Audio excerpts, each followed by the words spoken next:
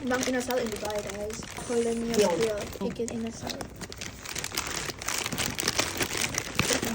Nag-stock na sa plastic. Ang ganda ng packaging nila ha, in fairness. So nakita namin yung review nito, masarap daw. Ang natatry lang kasi namin nasa Alboran, masarap na yun. So ito i-try namin. I think this is about... Malapit lang to dito sa place namin, guys. Wow, ano siya smooth yung box niya. So smooth. Oo nga, no? The quality siya. Yeah. The socials are here. Wow, pati yung presentation. Wow, talaga totoo nga kalamansi ang gamit nila. So alam niyo ba, guys, na ang kalamansi dito ay mahal. Usually lemon ang nilalagay nila. Pero ito Or kalamansi lime. talaga. Or lime. So ayan. Garlic. Yeah. And Yung oil. chicken. Chicken oil daw masarap din, oh. Sige, usin ko na. Wow. Then may ano na sila. Soy sauce and achara. Atsara. Yes. Yan siya. Ayan. Mhm. At mayroon din silang sabaw.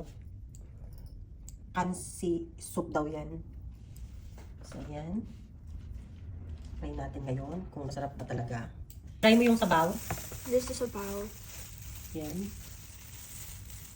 Day ng mga diet. Parang lasa? may beef doon. Ano kaya ang kansi? And then, medyo ano siya? Like, Ano, sour? oh, sour. Sour? Yes. Parang siyang bulalo. Wow, may sili ka pa, girl. And you, Mr. DJ? Cheat day ka ngayon? Day. Hindi ka muna nag-gym? Good? Sarap. Ito yung sa akin. And this is for, may puso. Ayan. Tapos sasaw-saw ko sa ano. Ubusin niyo. Soy sauce with calamansi. And Sinunod. nalagyan ko ng chili.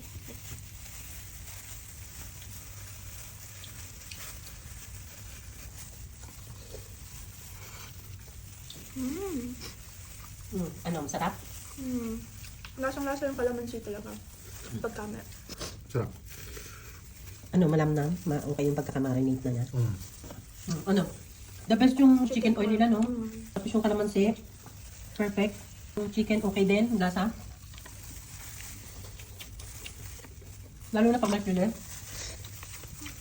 Yun, kinakain niyo yung sili, guys. Hindi ko lang ng hilaw yan. Ipopost natin.